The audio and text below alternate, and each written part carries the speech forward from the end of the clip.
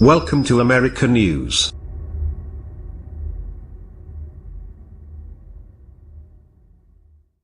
I have finally made it through the third episode of Star Trek Discovery, long enough for the plot to settle down enough so I can evaluate whether the show matches up to my hopes. All I can say is that somebody on this show had better grow the beard and do it soon.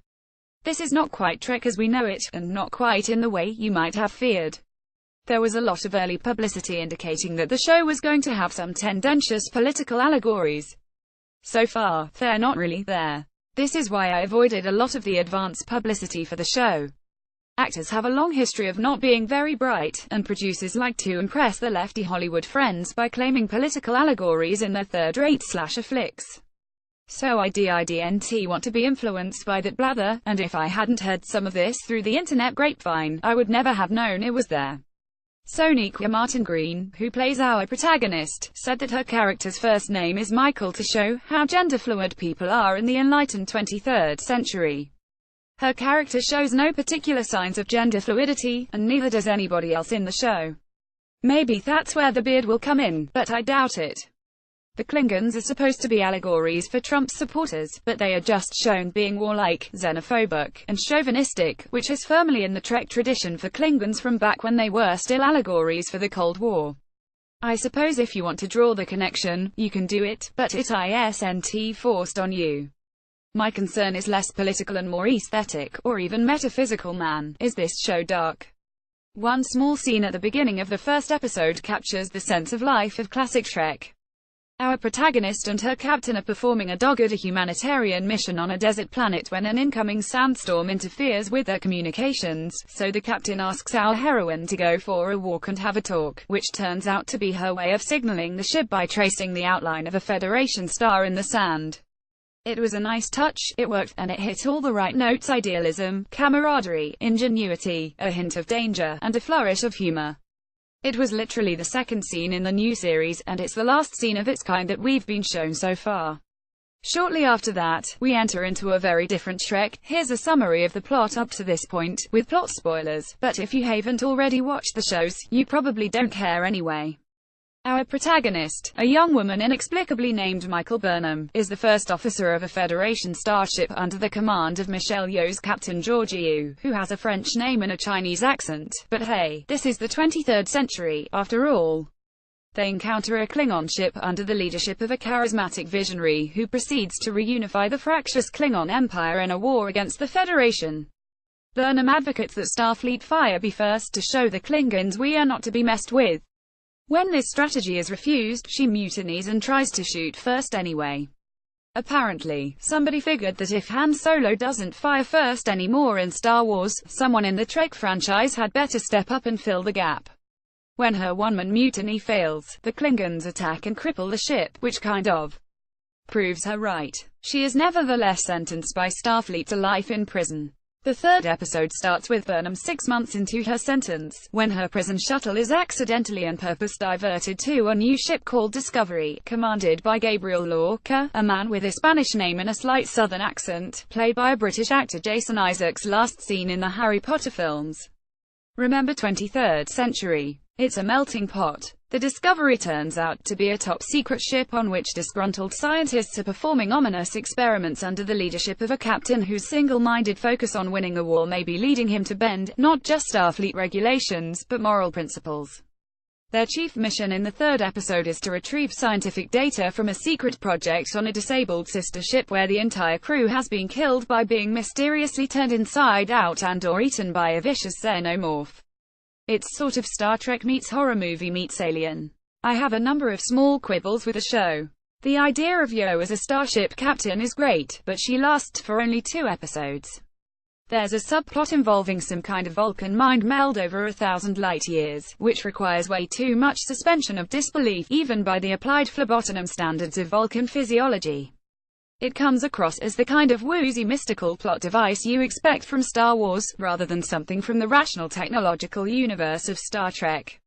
Similarly, Federation ships coming out of warp speed now look exactly like Star Wars ships popping out of hyperspace, a basic failure to maintain the difference in look and feel between franchises.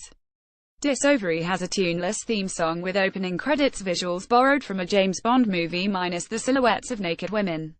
This might not seem like a big deal, but it was a bad theme song that arguably killed the last Star Trek television series. Most previous series offered us sumptuous visuals of weird planets and advanced spaceships, accompanied by soaring orchestral music, so even if an episode wasn't very good, you at least knew the credits would be worth watching. These I fast-forward through. The plot so far is just too much.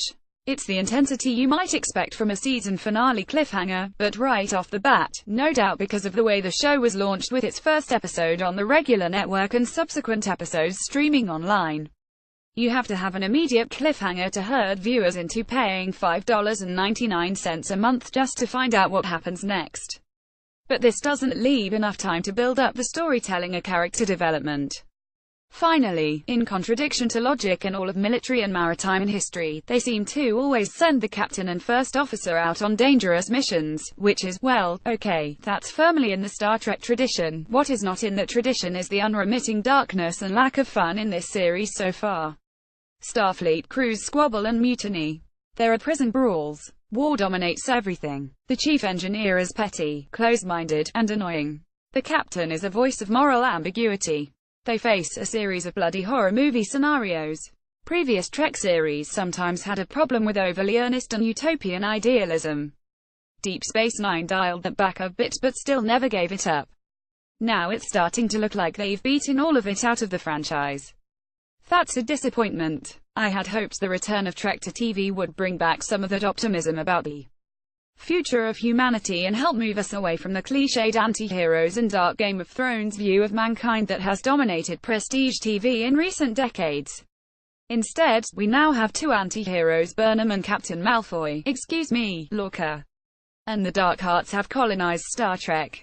The franchise has occasionally dabbled in plots where our heroes encounter their own counterparts in an alternate mirror universe, where the violent and ruthless Terran Empire rules in place of the enlightened Federation, and evil is good and good is evil, except for Spock, who is largely the same except for his goatee. So far, Discovery has me wondering if they ever make a mirror universe episode, how will we tell the difference? Maybe that's what they're working up to, and the big plot twist is when Spock finally makes his cameo, and he steps off the shuttle and there's his goatee. I'm not entirely joking. This is my official cynical prediction in our new Game of Thrones world. In 5 or 10 years' time, there won't be any normal Star Trek series on TV. But there will be 2 hit shows and a movie about the conquests and intrigues of the Terran Empire in the Mirror Universe. It would offer everything today's audiences seem to lust for: blood, torture, scheming, poor lighting, twisted sex, murder, itchy dagger hands, and plenty of 4-letter, only answerable words. Are you not entertained? I can see this direction so clearly that I hesitate to mention it for fear of giving the idea to some network executive who will run with it. I'm going to tough out the first season of Discovery no matter what, because that's what a die-hard Star Trek fan does. But this show needs to do the opposite of what the first season of Star Trek: The Next Generation did back in 1987. Next Generation spent most of its first season drowning in an excess of liberal utopianism and had to leaven that by becoming just a touch darker and grittier. Discovery starts thoroughly dark and gritty and needs to counteract that with a healthy dose of utopianism. The point of all the earnest idealism in Star Trek was never that human nature was going to fundamentally transform or that all of our troubles would cease. Nor was it because the original series was conceived in times that were calm and free of strife. The late 1960s were terrible, filled with war and riots and assassinations. Precisely because the times were so awful, we needed a vision that told us it was possible to progress and eventually get beyond the problems we have today, that we could reach a world where we conquer war, racism, poverty, and oppression at least on Earth, then move on to bigger and better things in the wide open spaces of the galaxy. Today, we don't need Game of Thrones. If we want strife, ugliness, murder, and endless scheming, we can just read the news. What we really need is a little more of the old Star Trek optimism, and if Discovery wants to bring back Trek, that is what it needs to rediscover. Follow Robert on Twitter.